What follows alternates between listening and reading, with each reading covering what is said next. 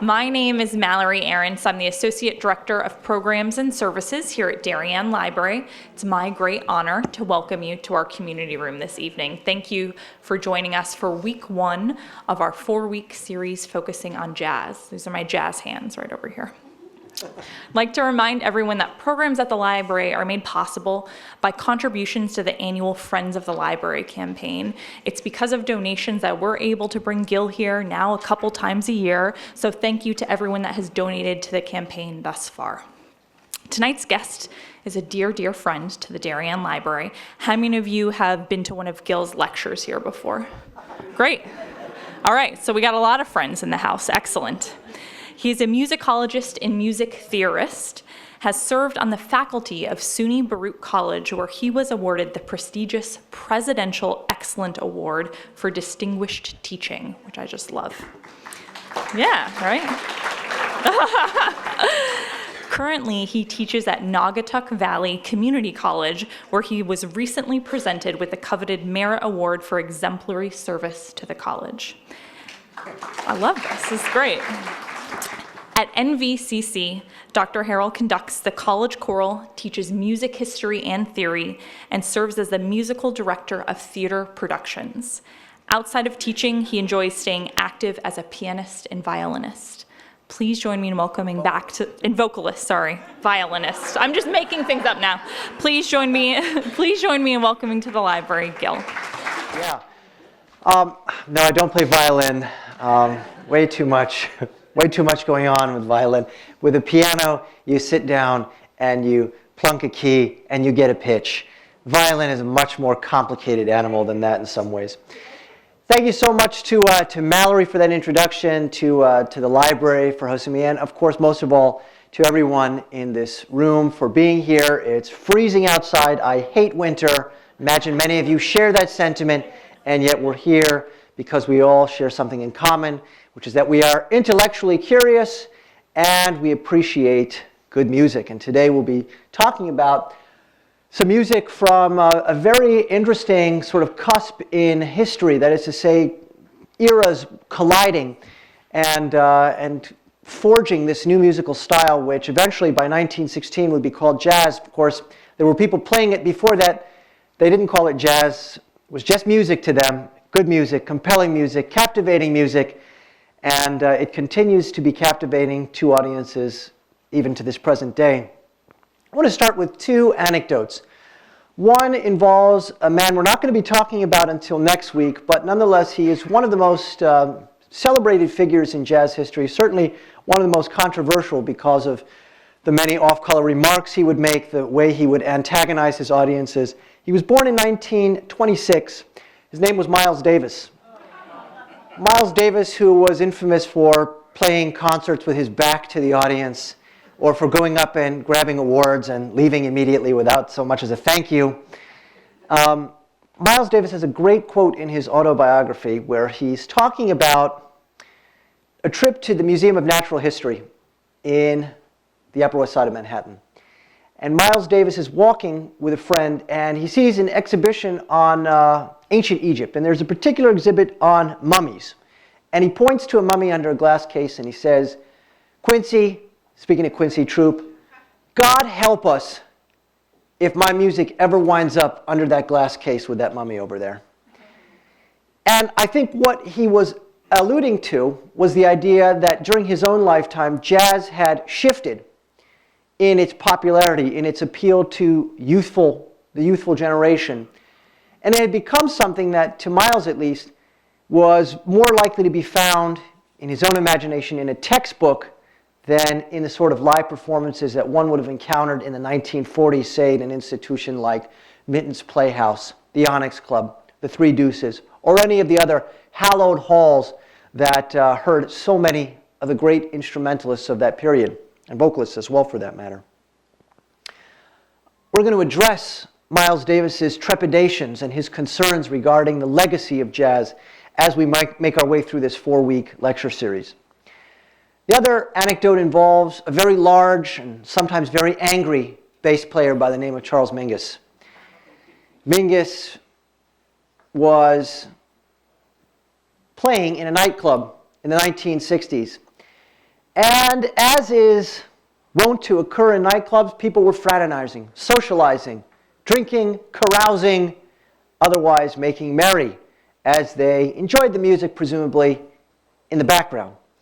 And there was apparently a particularly vociferous, particularly garrulous, particularly distracting table not far from where Mingus was playing his bass with this ensemble.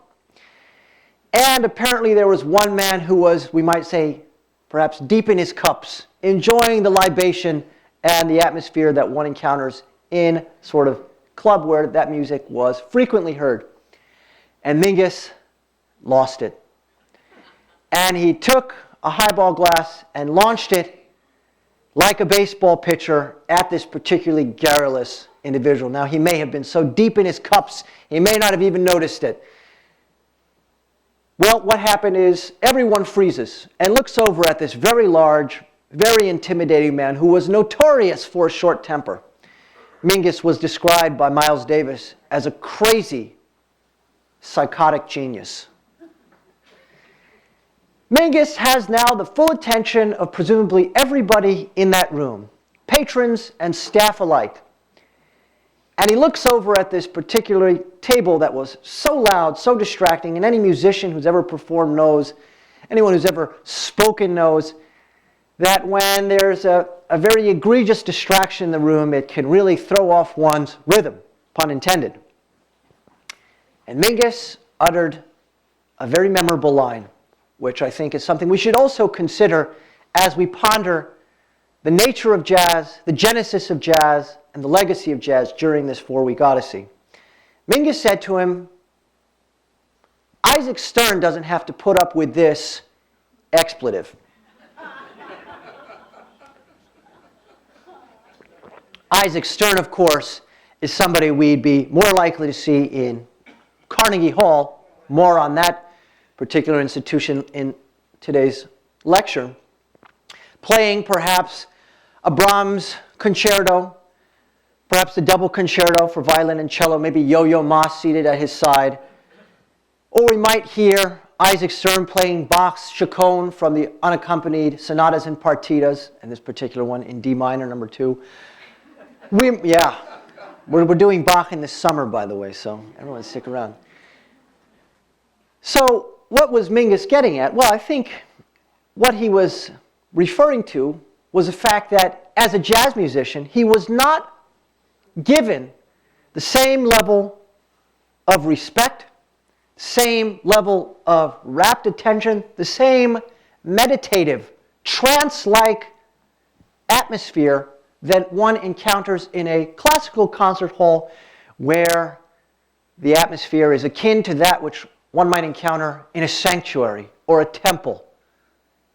This is a totally different atmosphere where jazz is being performed, and Mingus is clearly quite salty about it, and perhaps with good reason.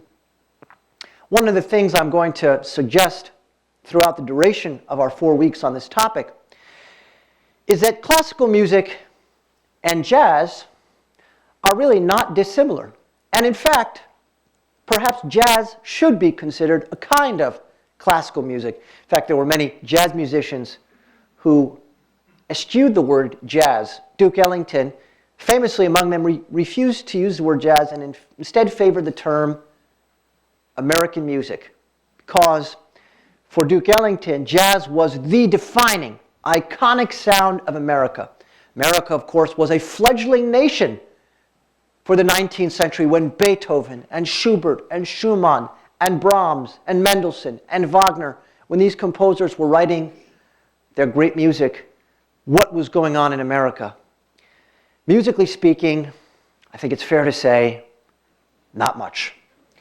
It would be unfair, and in fact, I think preposterous, to try to compare the songs of Stephen Foster to the works of the composers we just mentioned. And even if there were a great, precocious young composer, that composer would be most likely to be shipped off to Europe at a young and tender age to hone their craft in some conservatory or university type institution. A great example of that would be the composer Louis Moreau Gottschalk, by the way. a fairly obscure character in music history and usually a footnote in most music history textbooks. Gottschalk was shipped off to Paris and wound up writing music that is sort of like Chopin. If you were to dilute Chopin quite a bit, take away all the harmonic ingenuity, you get Gottschalk. So for Ellington, jazz was the defining genre of the American soundscape. Later on, in the 1970s, there'd be a musician, in fact, a number of musicians, perhaps most famously Quincy Jones, who was very active in jazz as a sort of promoter, a journalism. He had a television show, and he would famously refer to jazz as black classical music. So again, there's that word classical again. The word classical, if we were to sum it up in a nutshell, my Music 101 alumni could tell you that when we use the word classical to refer to music, we're referring to a certain timeless quality. The music, like everyone in this room, gets better with age. And we know we have I think this might be, Mallory, the widest demographic spectrum ever not just in the Darien Library, perhaps at any lecture, because I'm not going to ask who the oldest person in the room is, but the youngest person in the room is sitting in that baby Bjorn over there, and it's her first lecture, and she's 8 weeks old. So, actually 2 months, yeah. And of course, we know she's soaking this all up, right? Obviously, goes without saying. So what is the legacy of jazz? What is the nature of jazz? What makes something jazzy? Who are the titans of jazz? And how can we, as listeners, distinguish between different types of jazz? Because I think it's fair to say that many listeners find jazz to be a somewhat daunting genre because there are so many types of jazz. We've got sort of the hot jazz, Dixieland from the early days. We have swing music from the 1930s, bebop, hard bop, post bop, West Coast jazz, cool jazz, modal jazz, electronic jazz, funk, Latin jazz, and of course everyone's favorite, atonal free jazz. We're going to talk about free jazz in the last week, and let me suggest that there may be some naysayers, justifiably not so enchanted with free jazz. At the present moment, you may be booting up John Coltrane's Ascensions album, or by the end of March.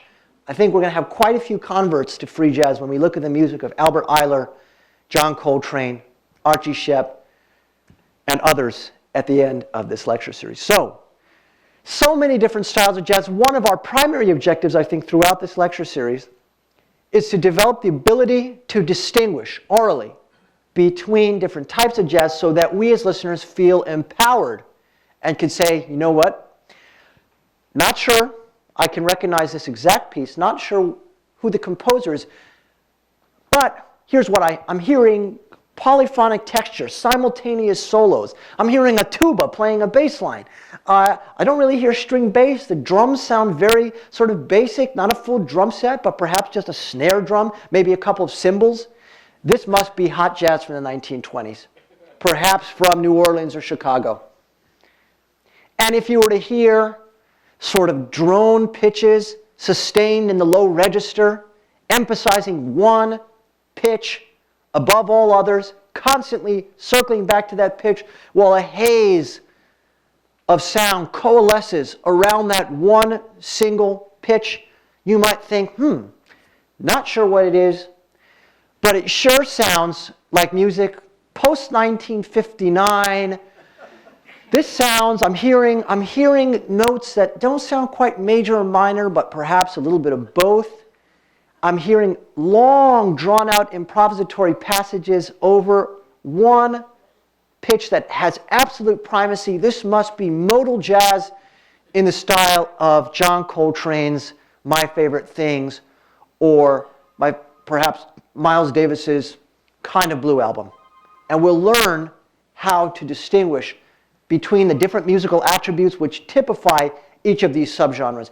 And I think we'll find that to be an enormously satisfying experience and a very empowering one as listeners, because ultimately, when we listen to music, we want to know what we're listening to.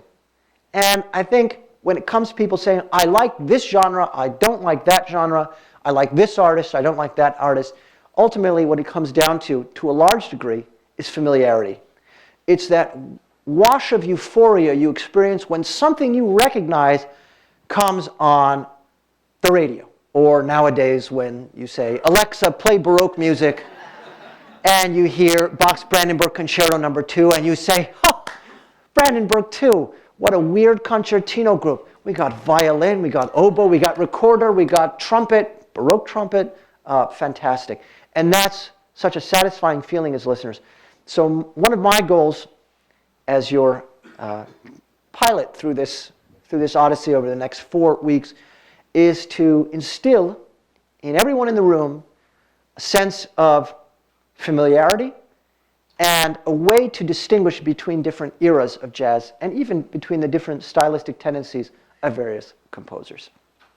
All right, let's get down to business, and not to defeat the Huns. We're just getting down to business right now. Yeah, that's a little Disney joke, yeah.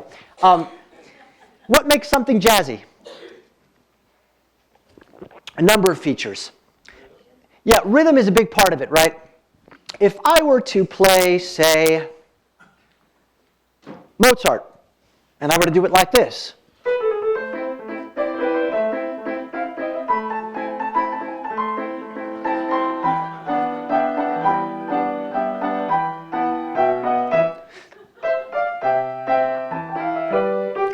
Well, you might think, you know what, I recognize the tune, but it feels so manipulated, transformed. I did 2 things. That was Mozart in the style of Dave Brubeck. Because one thing I did was I put it in 5/4 time, very Brubeckian thing to do, and I played it with a totally different rhythm, right? I sort of swung the 8th notes so that instead of doing, I did.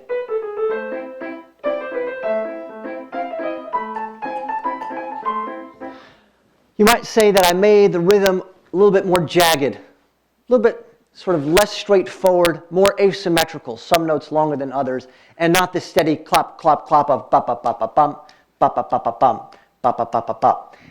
A very big difference. Other things that go into this cauldron of jazz ingredients.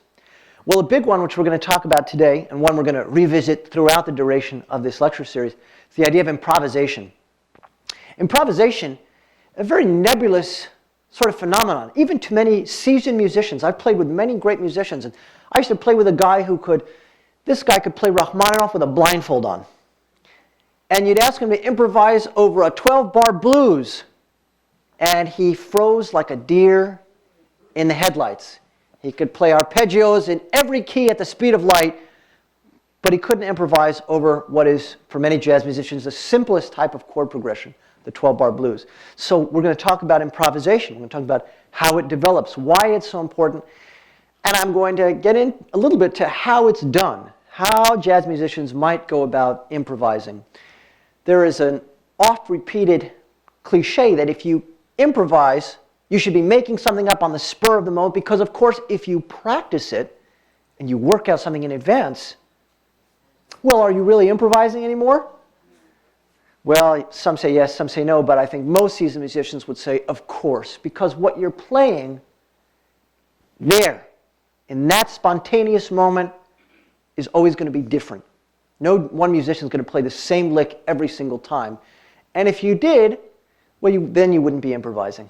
So improvisation becomes, I would say, an increasingly important part of jazz. In the early days, less so. Certainly by the 1940s, when we entered the bebop era, which we'll get to next week, it is paramount. It is 85% of what you're listening to is not written down on any page anywhere.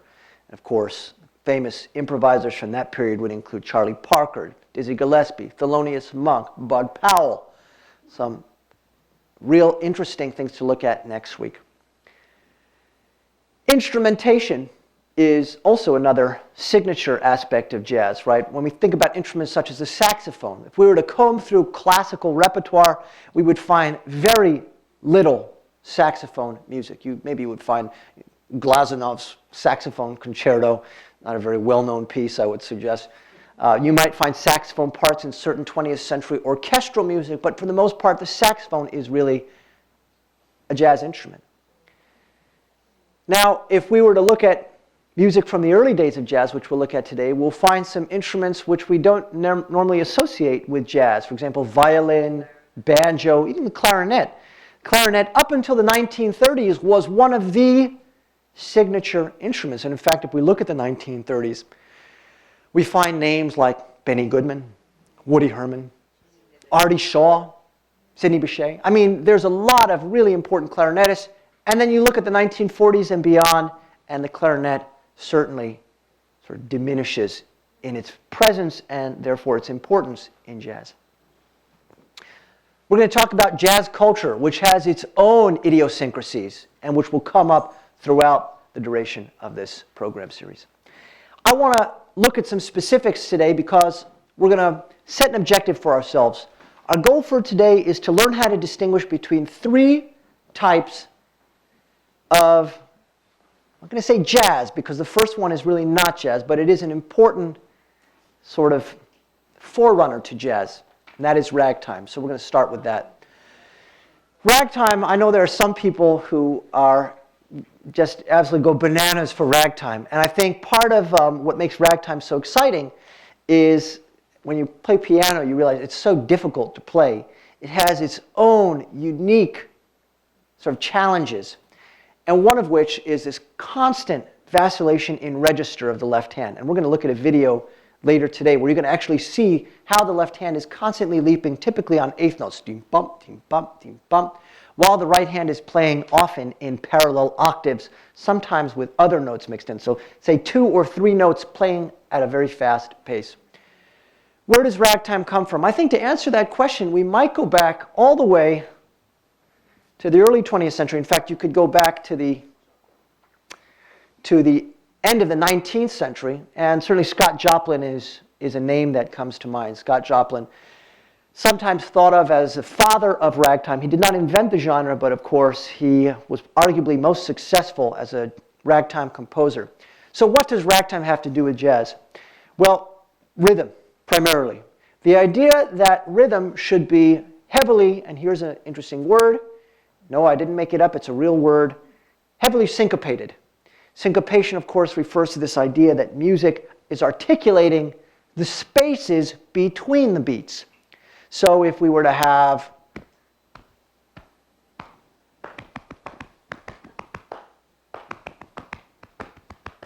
and those of you who recognize that rhythm, that's The Entertainer by Scott Joplin.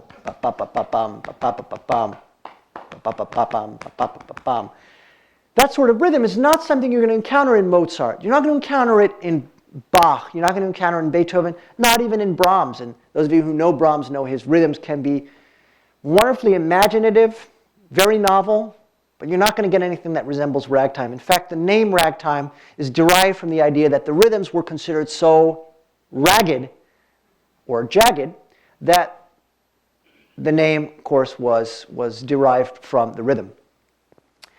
Here's an interesting piece by, of all people, Claude Debussy, who's, of course, not a ragtime composer, but a French impressionist composer whose works often conjure up a haze, a swirl, a coalescing sound of half-diminished chords and dominant ninths, evocative of an impressionist painting by Monet or Renoir, a sunrise over a lagoon, a woman standing in a sunlit field with a parasol.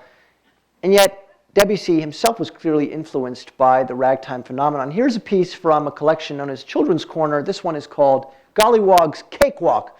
Gollywog was a type of doll from the early 20th century. To be honest, a rather racist and now controversial doll. It was a sort of a black-faced doll, you might say. And a cakewalk was a type of dance. And it was a type of dance where the winner of this sort of dance competition would be awarded a cake. And hence we have one of the most widely used idioms that I think probably somewhat opaque to many people, which is the idea to take the cake. This takes the cake. This is the best. The winner of the cakewalk dance would take the cake. So here is Debussy's Golliwogg's Cakewalk, and you can actually see in the top line we have this da-dum ba-dim bum be-da-ba-dum ba-da-ba-bum ba-da-ba-bim-bum. So we'll go ahead and listen to that. And we go into 6 flats next for the somewhat slower section. This is a great piece. For those who know it, Debussy in the middle section is going to satirically mock the music of, anyone know who he quotes there? He quotes Richard Wagner. And he quotes the melody from Tristan and Isolde, the sort of the love theme from Tristan and Isolde, this one. What Wagner does.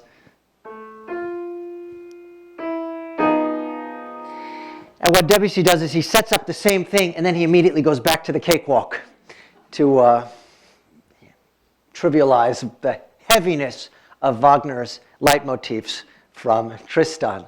And he's going to mock another leitmotif from the same opera. That's Isolde's famous aria from the end of the opera, the Liebestod, the famous Love's Death, which Debussy turns into a preposterous cakewalk here. So we see the rhythms. Beat-up-ba-dee-bop, beat-up-ba-dum-bum, beat-up-ba-dum-bum. We see the left hand jumping registers constantly. Well, Joplin would take this idea and he would really use, for the most part, what are fundamentally sort of Western European harmonies. There's nothing in the harmony in ragtime, typically, which smacks of jazz. Sometimes when people think of jazz harmony, they think of chords like the flat 9, dominant flat 9. Or maybe a minor 9th chord. Right? These are sort of traditional jazz harmonies, major 7, minor 7 add 9, or chords that defy labeling. And so we simply call it the so what chord. So what if we don't have a name for it? We'll just call it the so what chord after the track. There's nothing in ragtime which really smacks of jazz in terms of the harmony. The harmony is something that you might find in the works of Mozart, Beethoven, Mendelssohn. It's sort of somewhere between classical and early romantic. So therefore, it's fairly straightforward. And for the time period, that is to say late 19th century or early 20th century, it's fairly ho-hum. So harmony is not really what drives ragtime. It's rhythm. It's rhythm, it's the syncopation, it's the chromaticism in the melody. The melody often passes through tones which are not active chord tones. Let's go ahead and listen to one of the most famous rags by Scott Joplin. Here's The Entertainer. Joplin, by the way, it's sometimes imagined that these composers sort of lived in their own world and they wrote music within the microcosmic bubble of the particular idiom that they champion. And that's simply not the case. As we'll see throughout this unit, these composers, many of them, were incredibly well-read. They were well-versed in other styles of music. Joplin, for example, was well-versed in Romantic European piano literature, Chopin, Liszt, that sort of thing. And it's therefore not surprising to find out that that's going to carry through the whole, I think, history of jazz. Many of these composers were steeped in Western European harmony. Let me give you one other example. Charlie Parker, who's sometimes derisively dismissed as a heroin addict of the bebop era, who simply played what Louis Armstrong called Chinese music. He was referring to bebop, which was so incoherent to Louis Armstrong that he called it Chinese music. But Charlie Parker was also a student of Western European harmony. And some of you may know he recorded with a string quartet in the early 1950s at the end of his life. Charlie Parker famously walked around with Stravinsky scores in his back pocket. So there is a connection between the so-called classical world. Some of you know I don't love that word because it's used too broadly. But there is this connection between traditional classical composers and the jazz world. Here is Scott Joplin's The Entertainer. And again, you'll be able to see the score here. You'll notice it is also syncopated. Beep-up-ba-bum, ba-bum, beep-up-ba-bum, ba-bum. Not rhythms you're going to encounter in traditional Western European classical music.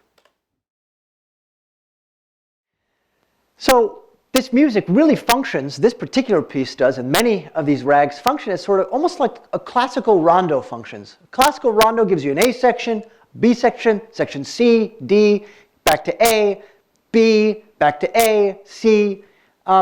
think of Mozart's Rondo alla Turk, which is where we started at the piano, right? Although we did the Dave Brubeck version in 5/4, it has a similar harmonic structure, not dissimilar from Western classical music.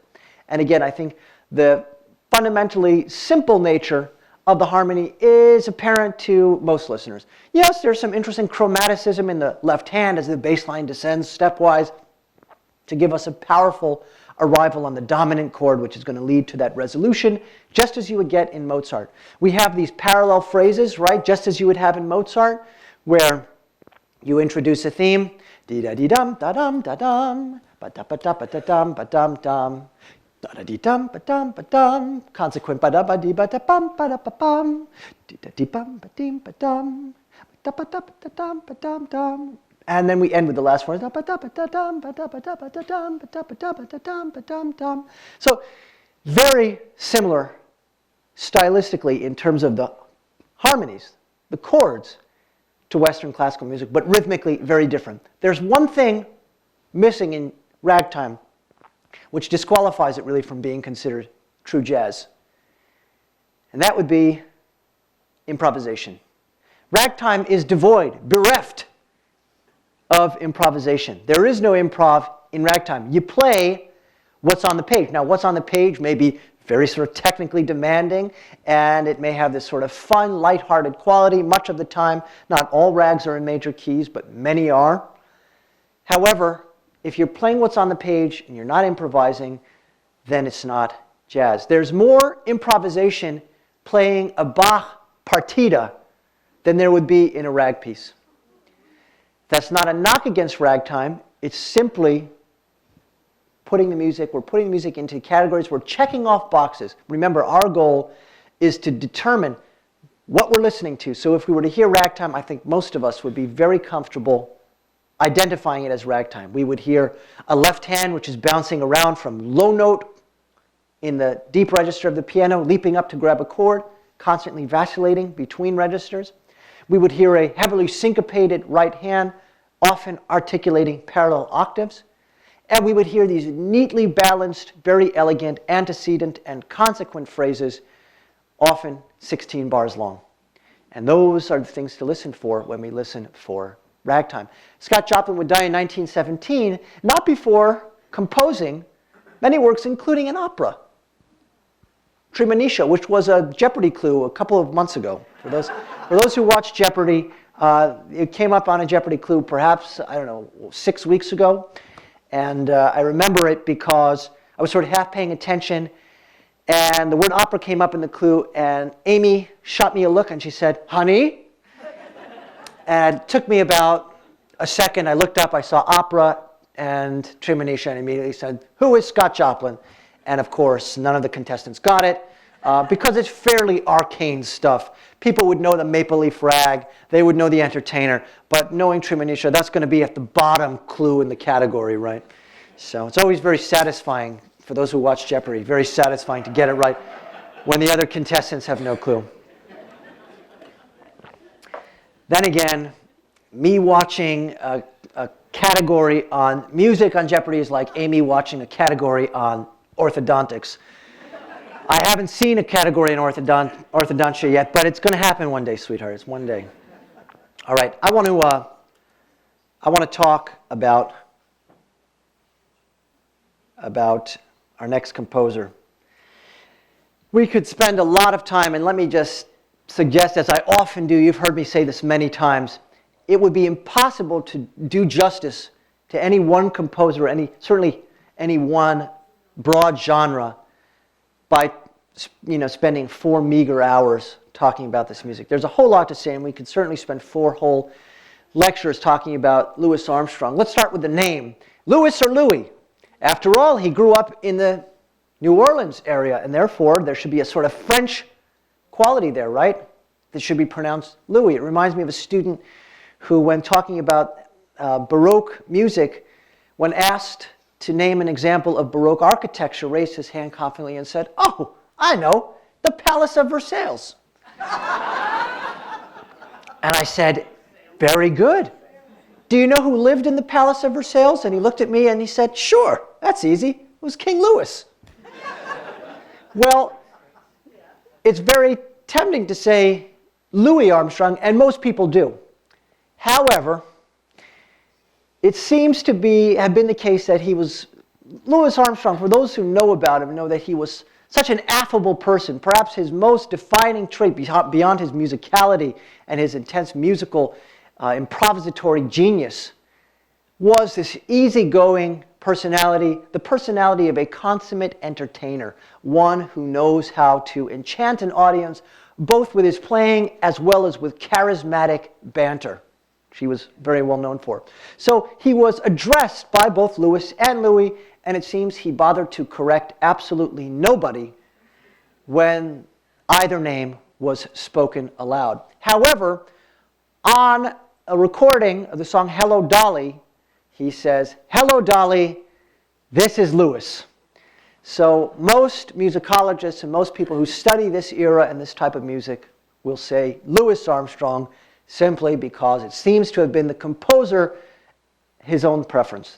So let's talk a little bit about this style of jazz. We have really 3 or 4 different names for this period of jazz. Some call it New Orleans jazz, some call it hot jazz, some call it Dixieland. Think any of the above are perfectly fine. But we want to know, what does it sound like? So let me say a little bit about where this music comes from, and then I'll talk about what it sounds like. And we'll listen to 2 examples, I think both of which are sort of paradigmatic examples from which we can really gain a solid footing as listeners. So first of all, we mentioned New Orleans. New Orleans makes a lot of sense if you think about it, because it is this crossroads, this place where various cultures are converging. We have a white European element, we have a black African American element, we have sort of island elements, Creole elements, all of which is mixing in the very unique culture of New Orleans. Those of you who know about New Orleans, you know that this is going to sound somewhat morbid when we start, but you'll see where I'm going with this. This is sort of the point, is that because of the water table in New Orleans, traditional burial in a traditional cemetery didn't take place. And so when someone died, it would be very often the case that the body would be carried through the streets off to a final resting place that would be some distance from the main living quarters of the citizens of New Orleans. And as they marched through the streets, even during funerals, I should say, especially during funerals, it was not atypical for music, and somewhat unusually, perhaps paradoxically, somewhat joyful music, to accompany the party as they made their way through the streets. Not the sort of black-clad, grieving, lamentative mourners that we imagine at a traditional funeral, but rather something very different, antithetical in some ways, a celebration of life as the mourners meditate on death. So this idea of sort of raucous music making out in the streets is woven into the fabric of New Orleans culture. And we talked about all of those elements, those cultural elements that are melding together. And some of the great musicians of this period were from New Orleans. I'm going to just talk about Louis Armstrong, although we could easily talk about Buddy Bolden or King Oliver and many others. What made Louis Armstrong such a powerful and, I'll just say it, I don't like to use this word very often, but I'll say it because I think it's warranted in such a way. Such a genius musical figure was his sense of improvisatory creativity.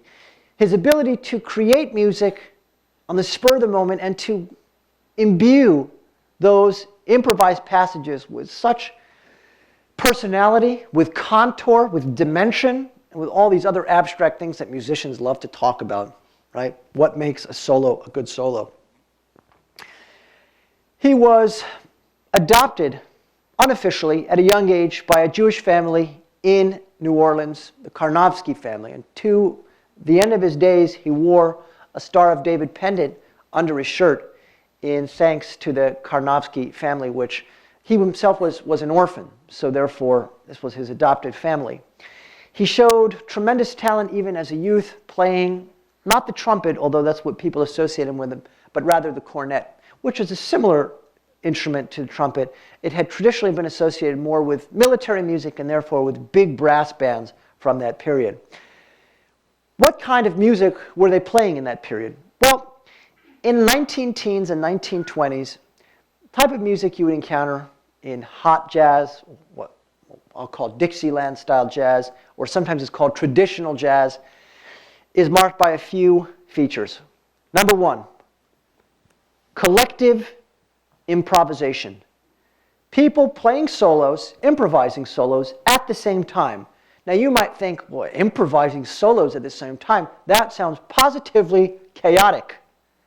And to some degree, it is, as all polyphonic music is going to polarize audiences because it's going to overwhelm you. Remember, polyphonic means you have simultaneously independent things happening the way you would encounter in, say, a fugue by, well, just so happens we're going to be studying him in the summer, Johann Sebastian Bach. Bach's critics had plenty to say about his polyphonic music. One critic, Scheibe, wrote, Herr Bach writes great stuff. Really, Herr Bach is terrific. But Herr Bach just ruins his music by writing too many notes, too much going on, it's too much at the same time. Give us a melody, give us a basic harmony, and get us out of here. Of course, that wasn't the case then, and certainly not the case here. Here, polyphony is the dominant texture. Let's go ahead and listen to what that might sound like. You're going to hear clarinet and trumpet most obviously, I think, are most present. But also I want you to listen to the bass line. We tend to associate jazz with having someone playing a string bass, an upright string bass, plucking pizzicato, right? Like the guy in the Foxwoods commercials from years ago. However, back then, string bass was not the norm. Not until mid-20s in Chicago, when recording technology could pick up that pizzicato sound, which is a sort of a much more delicate sound in many ways than what you're going to hear in this video. So here is Louis Armstrong and his Hot Seven, which was a group he recorded with in Chicago in the late 20s. I believe this is 1927 or so.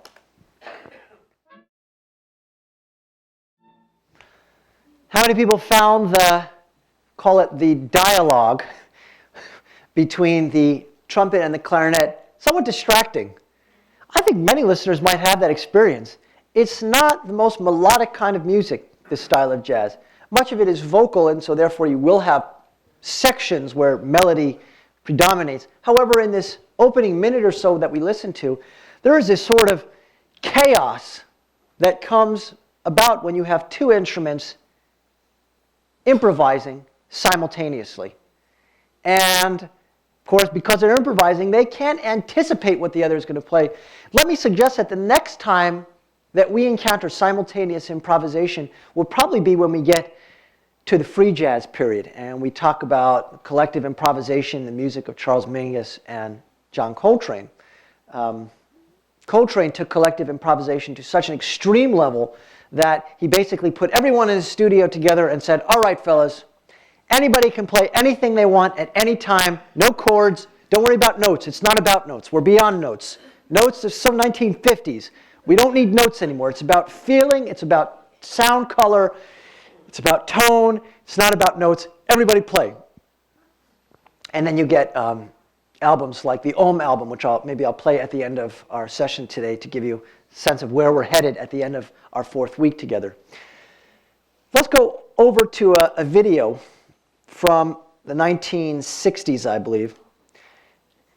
Of course, Louis Armstrong died in 1971 in Corona, Queens, of all places. Anybody ever been to Corona? That's where the Lemon Ice King is, right? Actually, that's where we got engaged in Corona, in Flushing Meadow Park. So Corona, great place. Yeah, nothing but good things to say about Corona. There's a great quote about Louis Armstrong from Duke Ellington. Duke Ellington said, "He was born poor, died rich, never hurt anybody along the way." And of course, once again, referring to this gentle, affable demeanor that Armstrong possessed in spades. But it wasn't without controversy. Because he was such a consummate performer, because he was such a charismatic presence when entertaining audiences, he was accused by some, most notably Miles Davis and others, of being a sort of a grinning fool, to use the exact phrase that Miles Davis uses in his book. A grinning fool. Davis goes so far as to suggest that Louis Armstrong was a sort of Uncle Tom, a very pejorative term indicating that Armstrong was some sort of betrayer of racial allegiance, somebody who was excessively servile and sort of pleading with his white audience. And of course, Armstrong, I think, would have said that he was a non-confrontational person. He had some interesting personality quirks, one of which was that he was an enthusiastic user of laxatives. And in fact, he would go around at parties and hand out laxative packets to people and invite them to try it. This strange idiosyncratic behavior of Armstrong. But again, that's about the most controversial thing I can think of when it comes to his personality. He was a man who clearly delighted in entertaining audiences. He clearly enjoyed interacting with audiences, and you'll see that come through in this video. Now, even though this video is far beyond the Dixieland era of the 1920s, obviously somebody who's attained a level of success and familiarity on a national and even international scale as Louis Armstrong is going to be playing this music well into his later years. And at this point, of course, he's in his 60s. Armstrong maintained throughout his life that he was born on July 4th, 1900. That's a nice time to be born, isn't it? July 4th, 1900. Well, it turns out a musicologist in the 1970s discovered through the baptismal records that, in fact, he was not born. He was actually born in August of 1901. But July 4th, 1900 sounds pretty good. Here's a famous tune. I think you'll all know it, When the Saints Go Marching In. And here we'll also see collective improvisation between clarinet, trombone, and trumpet. We'll see that the instrument that we heard on the bass line in the previous video, which was, believe it or not, a tuba. That's right. In Dixieland jazz, you're more likely to hear a tuba or maybe even a sousaphone playing the bass line. Because remember, a lot of this music grew out of those marching bands and those sort of military bands. So it hadn't been refined yet. Here's When the Saints Go Marching In with a more traditional lineup. Armstrong, of course, in addition to being a celebrated cornetist and trumpeter, is also a fabled vocalist. And I think most people would say perhaps not the prettiest voice. I don't know that I'd want him in a Renaissance madrigal ensemble. I don't think his voice would blend very well. But as a soloist in this style, a very memorable and very iconic sound. His voice has sometimes been described as gravelly. You know that sound when you're driving in a gravel driveway? It has that sort of crunchy sound. Anyway, you can see the smile on the face. You can see the enthusiasm in engaging the audience. Clearly, this is somebody who enjoyed being a performer. And comparing him to Miles Davis is not really fair. We're talking about a full generation's difference. Someone born in 1901 versus 1926. Miles Davis had no problem turning his back on an audience if they weren't showing the respect he felt he was due. Charles Mingus had no problem throwing a highball glass at a rowdy patron. It's hard to imagine Louis Armstrong doing either of those things under any circumstances. Simply was not in his personality to do so. So if you were asked, what does hot jazz sound like? What does Dixieland music sound like? You would say, well, first and foremost, the ensemble is different than what you might conjure up when imagining a jazz ensemble. You're going to have maybe tuba or even sousaphone sort of pumping out those bass notes. Remember, in the early days, and I mean the really early days of sound recording, you needed an instrument that those early microphones could pick up, and so those brass instruments were useful in that way. By the 1920s, technology had evolved somewhat, and you could mic very closely to the bass player to pick up the sound of a bass being played pizzicato, meaning not bowed, but rather plucked. Pizzicato is one of those words that you might say is an example of onomatopoeia, right? It sort of sounds like what it means. Pizzicato means to pluck. What else marks this style? What else typifies the Dixieland sound? Well, perhaps most egregiously, the most obvious thing, the most present thing in the sound is the sound of collective improvisation. And typically that's going to involve clarinet, trumpet, and maybe one other instrument, all happening at the same time, giving us a very dense, very layered, and to some ears, a somewhat chaotic sound. I think it's fair to say that many listeners will find Dixieland jazz to be very, to use a word that sometimes comes up in the music business, very busy, right? There's a lot going on. They're going to simplify that in the next era, and we'll talk about it quickly today. We won't have time to finish it, so we'll finish it next week. But I'm going to talk about the swing era. Swing era mostly corresponds to the 1930s. And of course, there's many aspects of what sort of qualifies as swing. What is swing music? First and foremost, we should say that swing is something that transcends music. It is a physical dance phenomenon as well. And in the 1930s, imagine a dance hall with a swing, not a band, but an orchestra, whose ensembles were known primarily as orchestras, Benny Goodman and his orchestra, right? Glenn Miller's orchestra, more likely to encounter the word orchestra than band in this period. They swell in size. They go from 5 people or 7 people up to 18 perhaps, or maybe even more. And the music was danced to. And it would be danced to in a way which was somewhat controversial among the older generation from that period. Well, this seems to be a recurring theme in music history, right? In the 1960s, those kids, they're listening to this corruptive music. It's going to erode their morality. It's going to lure them into carnal, sinful, lascivious thoughts. It's no good. Nicht gut. Well, in the 1930s, it turns out that that attitude prevailed among the older generation as well. After all, people dancing, sweating, twisting, twirling, grabbing each other in close quarters is considered very risque in that period. And swing music was therefore associated primarily with youth. And that's a very important thing to keep in mind, because jazz, as it evolved, had less and less of a grasp on youth. You might say that the apex of its grasp on youth was in the 1930s. The apogee of its popularity happened during the swing era. That's going to change. I'll say a few more things about swing before we end today's program. By the 1930s, jazz, through swing to some degree, had become not just a national phenomenon, but an international phenomenon, and had become exceptionally popular in Europe. Now, that would intensify after 1941, because after December 7th, 1941, when troops are deployed both to the Pacific and to the European theaters of war, there's going to be bands along the way, and they're going to be playing this incredibly popular style of dance music. Remember, this is dance music which instills a sense of euphoria in the dancers as they move, twirl, tap, and so on. The bands are playing music which is, you might say, a little bit cleaner in some ways than Dixieland music is. It's more based on a homophonic texture with a very clear-cut melody, played typically by a section in what is known not as a solo, but as a soli.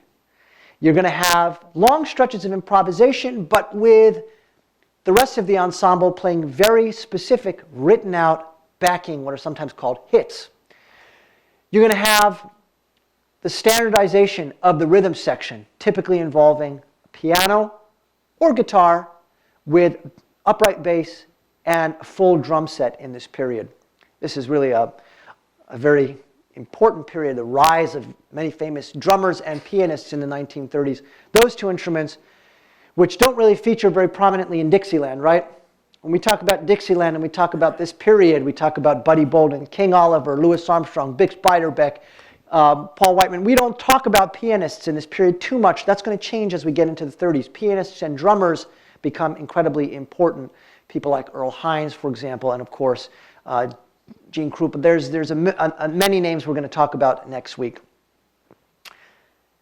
As jazz exploded in popularity, And as swing music dominated the dance halls, and it became popular not just in America but abroad, it really puts America on the map as sort of an originator of a musical style which spreads and catches fire abroad. And that's really interesting. That makes jazz a very unique genre of American music, because all the music from the 19th century, that music never became popular abroad. The music of Stephen Foster, for example. Why listen to Stephen Foster when Johannes Brahms is writing Lieder at the same time? Why would Europeans gravitate towards that style of music? And we talked about how American musicians, if they showed promise, if they were precocious at a young age, often went to study the European model. Here in the 1930s and 40s, you've got Europeans studying the American model. And that makes jazz unbelievably important, I think, as an American genre of music. And this is perhaps why Duke Ellington was so adamant about calling this style American music rather than jazz. Let me show you one rather nefarious poster from the late 1930s. Here is a poster from Nazi Germany, from the Third Reich, and it says Entartete Musik, which means degenerate music. Not everybody had a favorable reaction to the explosion in popularity of jazz. And I'm going to end with a somewhat humorous story. There aren't many humorous stories involving the Third Reich, but I think this one might qualify. The Nazis went to great lengths to ban jazz. And as you can see from this poster, they associated jazz with two hated groups of Untermenschen, of subhumans, blacks and Jews. Because, of course, many of the great musicians from this period were black or Jewish. Louis Armstrong is sort of a great convergence of those two things, having been a black man adopted by a Jewish family. But I mentioned Benny Goodman, Artie Shaw, whose name I think was something like Shefkowitz or something. It wasn't Artie Shaw. Woody Herman. There were many prominent Jewish jazz musicians as well. So for the Nazis, this was a hated genre to be banned. It was verboten, forbidden. And you could be beaten by, if it were before let's say before 1939, even then you had sort of morality police whose job it was to sort of spy on youth and go around and see what are they listening to. And if they're listening to jazz, they could be castigated very, very severely in draconian manner, typical of the Nazis. And yet, jazz steadily became more and more popular in Germany under the Third Reich. So much so that by 1941, the Nazis had no clue what to do about the popularity of jazz, and they decided that if you can't beat them, join them. And thus was born the official Third Reich Nazi propaganda jazz ensemble known as Charlie und sein Orchester, or in English, Charlie and his Orchestra, playing rip-offs of American hits contrafacted to fit with German lyrics glorifying the Third Reich and the fatherland. Most of those songs, by the way, written by blacks or Jews. So as we head into next week's program and we wrap up the swing era and get into the bebop era, I think it's a great way to take in just how far we've come in a mere 2 or 3 decades, going from this kernel of an idea in New Orleans to being an international phenomenon, a distinctly American genre of music, and one which I think had many Americans beaming with pride. We'll talk about that next week when we discuss swing and bebop. And I'll see everybody then. Thank you so much for coming, folks.